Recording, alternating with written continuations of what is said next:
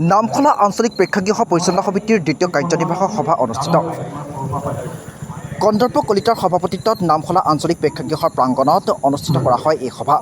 ৰাইজৰ আহ্বান মৰ্মে প্ৰতিশ্ৰুতি পালন কৰি বলিষ্ঠ প্ৰস্তাৱ গ্ৰহণ কৰে নামখলা আঞ্চলিক প্ৰেক্ষাগৃহ পৰিচালনা সমিতিৰ দ্বিতীয় কাৰ্যনিৰ্বাহক সভাত বিভিন্ন প্ৰস্তাৱ গ্ৰহণ কৰাৰ উপৰিও 18 নৱেম্বৰত অসমৰ হিয়াৰামঠু সাৰ্থক জুবিন গাৰ্গৰ জন্মদিন উপলক্ষে এদিনীয়া ভলীবল খেল প্ৰতিযোগিতা অনুষ্ঠিত কৰাৰ সিদ্ধান্ত গ্ৰহণ কৰে। ইয়াৰ উপৰি অসমৰ সাৰ্থক জুবিন গাৰ্গৰ জন্মদিন উপলক্ষে প্ৰতিগৰাকী জুবিন অনুৰাগীক বিতৰণ কৰিব গছপুলি।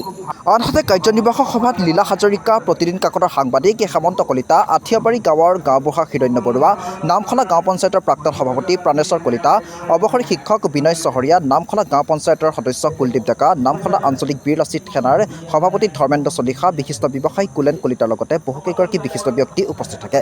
নামখলাৰ পৰা চিন্তু কলিতাৰ ৰিপৰ্ট এন লাইভ। নমস্কাৰ।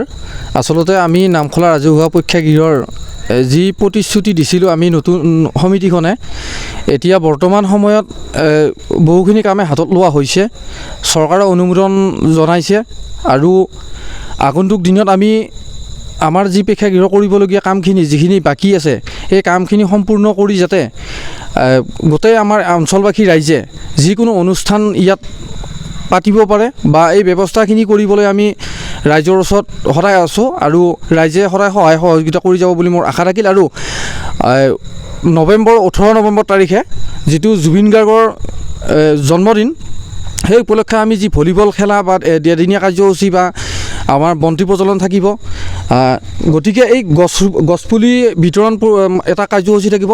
এই গোটেইখিনি অনুষ্ঠানত মই এই অঞ্চলৰ গোটেই যুৱ শক্তিটোক মই অনুৰোধ জনাইছোঁ তেখেতসকলে যাতে এই নামখলা ৰাজহুৱা প্ৰেক্ষাগৃহৰ সমিতিখনক ওলাই আহি সহায় সহযোগিতা কৰে আৰু এই অঞ্চলবাসী গোটেই আইমাতীসকলৰ লগলৈ মই অনুৰোধ জনাইছোঁ তেখেতসকলেও যাতে আমাৰ সৈতে যোগাযোগ কৰে। আৰু নিৰ্মাণ কাৰ্য আমাৰ চলি আছে বৰ্তমান আৰু আগলৈও চলিব, যিহেতুকে আমাৰ নামখলা প্ৰেক্ষাগৃহৰ যিটো মূল গেট, এই গেটটো আমাৰ অলপমান বেয়া হ'ব ধৰিছিলে, এইখিনি নিৰ্মাণ হ'ব গৈ আছে কম দিনৰ ভিতৰত।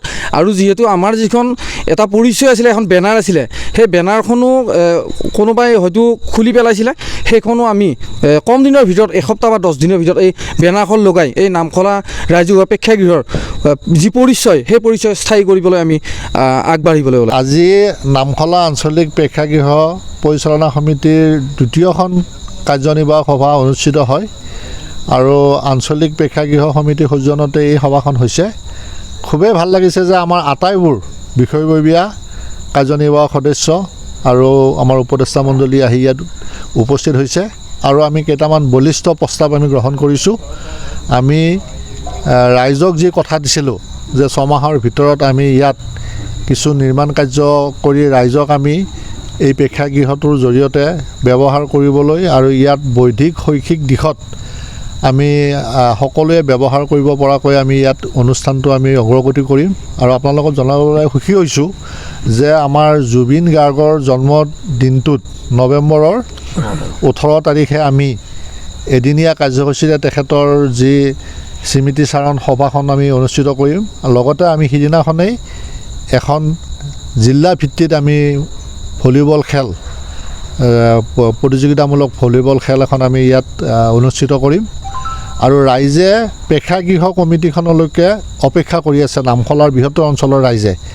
আৰু সকলো যুৱক হওক বা এই অঞ্চলৰ শিপিনীসকল হওক, আইমাতীসকল হওক, সকলোৱে প্ৰেক্ষাগৃহ কমিটিয়ে নিজাববীয়াকৈ কাম কৰাটো বিচাৰিছে আৰু সেইটো আমি ৰাইজক কৰি দেখুৱাম। ধন্যবাদ। যিকোনো খবৰ বিজ্ঞাপনৰ বাবে যোগাযোগ কৰক 7896121996।